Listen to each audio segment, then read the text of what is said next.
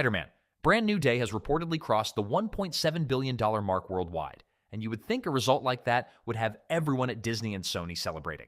Instead, a new controversy surrounding Disney CEO Josh D'Amaro, Sony's control over Spider-Man, and the future of the MCU is creating an entirely different conversation.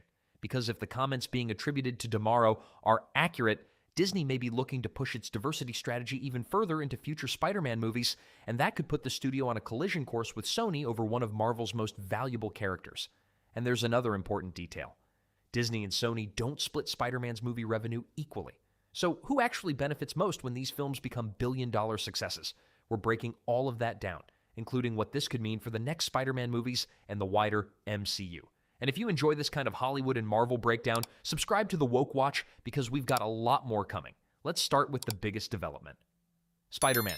Brand New Day has reportedly become a massive theatrical success, crossing the $1.7 billion worldwide milestone and continuing to generate attention for both Marvel Studios and Sony Pictures. That would normally be nothing but good news. But the bigger story right now isn't simply how much money the movie is making, it's what this success could mean for the relationship between Sony, Marvel, and Disney going forward. Spider-Man occupies a very unusual position within the MCU because, unlike most major Marvel characters, his film rights remain connected to Sony. That means the future of the character isn't controlled by Disney alone.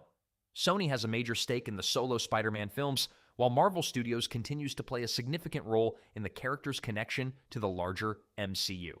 And that's why any disagreement between the two companies could become extremely important. One of the major issues now being discussed involves comments attributed to Disney CEO Josh D'Amaro concerning the company's diversity, equity, and inclusion strategy and how that strategy could potentially influence future Spider-Man projects. According to the comments circulating around this controversy, D'Amaro argued that Disney wants diversity and representation to remain an important part of its future entertainment strategy, and that the company is having discussions with Sony about how those priorities could be incorporated into future Spider-Man films and spin-offs. If that's genuinely the direction Disney wants to take, then it raises an obvious question. How much control does Disney actually have over those decisions? Because when it comes to Spider-Man's solo movie franchise, Sony isn't simply another studio taking orders from Disney. Sony has substantial control over the film franchise, including major creative and casting decisions connected to its Spider-Man properties. Marvel Studios may have an enormous influence because of Spider-Man's place inside the MCU, but Sony remains a crucial partner, and neither company can simply pretend the other doesn't exist. That makes the relationship between these two studios incredibly important. And according to the comments attributed to D'Amaro, Disney allegedly wants to continue discussions with Sony about increasing diversity and representation in future Spider-Man projects. That is where the controversy really begins. D'Amaro was also reportedly critical of people using terms like woke to describe Disney's diversity initiatives. His argument essentially was that the word has become heavily politicized and is often used as a weapon in cultural and political arguments, rather than as a meaningful description of what Disney is actually doing. He also pushed back against the idea that Disney's diversity initiatives should automatically be interpreted as an attempt to participate in a culture war. But critics obviously see the situation very differently. For years, Disney has been caught in the middle of an enormous debate over representation, casting, storytelling, and corporate politics.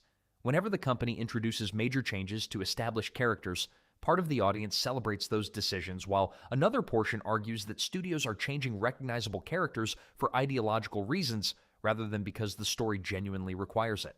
Spider-Man is especially sensitive territory because the character has decades of established comic book history behind him. There are countless heroes, villains, supporting characters, and alternate versions of Spider-Man that already exist. So whenever a studio changes something about one of those characters, fans immediately begin asking whether the change serves the story, or whether the studio is trying to make a broader cultural statement. And that is exactly why these reported comments are attracting so much attention. There's another important piece of this story that shouldn't be overlooked. The Spider-Man partnership between Sony and Marvel has always involved complicated financial and creative arrangements. The exact financial structure is more complicated than simply saying one studio gets one percentage and the other gets another, because different revenue streams, production arrangements, merchandise, and other licensing agreements can affect who ultimately benefits. But the basic point remains: Spider-Man is an incredibly valuable property for both companies. Sony benefits enormously from the theatrical side of the franchise, while Disney and Marvel have additional opportunities through merchandise, licensing, theme parks, and Spider-Man's broader integration into the MCU. So when Brand New Day becomes a billion-dollar success, both sides have a powerful reason to keep the partnership alive. And that's why it would make little business sense for either company to completely destroy the relationship. At the same time, creative disagreements can become complicated very quickly. If Disney wants one direction for future Spider-Man films while Sony wants another, the two companies eventually have to find common ground. And ultimately, Sony has significant legal and contractual authority over the Spider-Man film franchise.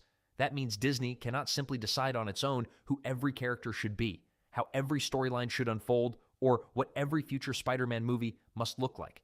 Those decisions have to work within the agreement between the two companies. Now, despite all of this controversy, there's one thing that cannot be ignored. Brand New Day is performing extremely well. And personally, I think that's important to acknowledge. The movie can be criticized, debated, or analyzed while still being entertaining. Without getting into major spoilers, one criticism that has stood out is the feeling that the movie almost becomes two different stories once you reach the middle portion. The beginning leans heavily into the street-level Spider-Man concept, which works extremely well for the character. Then the story expands dramatically and introduces elements that shift the direction of the movie. For some viewers, that transition works. For others, it feels like the movie would have been stronger if it had remained focused on the grounded, street-level side of Spider-Man. That said, there are also elements that make the movie stand out, particularly the way a very popular character is incorporated into the MCU. And that's something Marvel and Sony clearly understand. Spider-Man doesn't need to rely exclusively on massive cosmic threats to sell tickets. The character works extremely well when the story feels personal, grounded, and connected to the streets of New York. That's part of what made earlier Spider-Man stories so successful in the first place. Now let's come back to Disney and Sony. A movie crossing $1.7 billion isn't simply a bragging rights achievement, it's evidence that audiences still have an enormous appetite for Spider-Man. And that makes the future of the franchise extremely valuable. For Sony, the success demonstrates that Spider-Man remains one of the safest major properties in its entire portfolio. For Marvel and Disney, it proves that the character remains one of the strongest bridges between Sony's film universe and the MCU. That's why the next round of negotiations and creative discussions could be extremely important. If both studios want another massive hit, they have a very strong incentive to figure out their differences rather than allow them to become public battles. And this is where the DEI discussion becomes particularly controversial. Critics are essentially asking one question: will future Spider-Man movies prioritize established characters and stories, or will corporate diversity goals influence major creative decisions? That's a debate that isn't going away anytime soon. But there's also an important distinction that needs to be made. Adding diverse characters or expanding representation doesn't automatically make a movie bad. The real question is whether those decisions strengthen the story. If a character feels naturally written, audiences can accept enormous changes. But when viewers feel that a character exists primarily to deliver a corporate or political message, that's when the backlash can become intense. And Spider-Man has an enormous fan base that is going to scrutinize every major decision. So where does this leave Sony, Disney, and Spider-Man? If the reported comments surrounding Tomorrow are accurate, Disney clearly wants its diversity strategy to remain part of its long-term entertainment plans. But Sony also has enormous financial incentives to protect what is already working.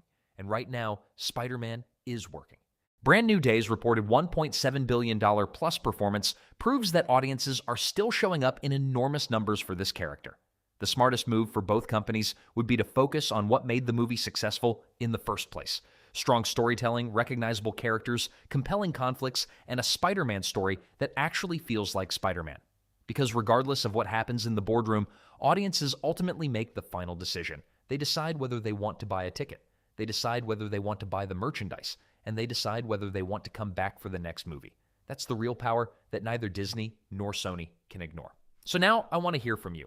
Do you think Disney should have more influence over the direction of future Spider-Man movies, or should Sony keep the final say over the characters' solo films? And do you think the success of Brand New Day proves that audiences still want more traditional Spider-Man storytelling? Let me know what you think in the comments.